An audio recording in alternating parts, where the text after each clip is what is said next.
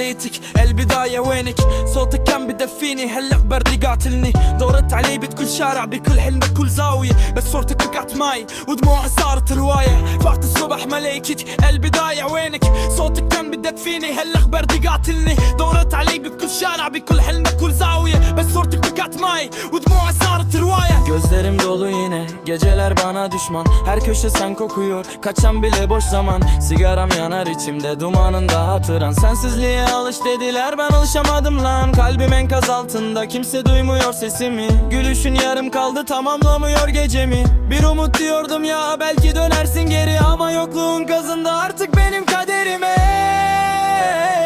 Gel desem gel duyar mısın sesimi geceye yazdım seni silmiyor kader beni vere yare beten abeciyan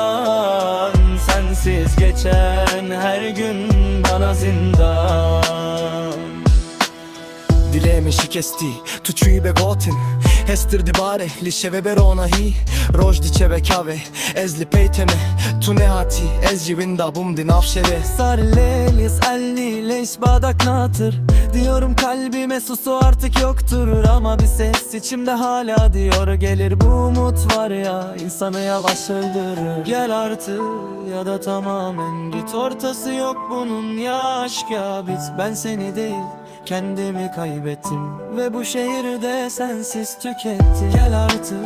ya da tamamen git Ortası yok bunun ya aşk ya bit Ben seni değil kendimi kaybettim Ve bu şehirde sensiz tükettim Gel desem gel duyar mısın sesimi Geceye yazdım seni silmiyor kader beni Vere yare beten abeciyan Sensiz geçen her gün bana zindan Gel desem gel duyar mısın sesimi Geceye yazdım seni silmiyor kader beni Vere yare beten abeciyan Sensiz geçen her gün bana zindan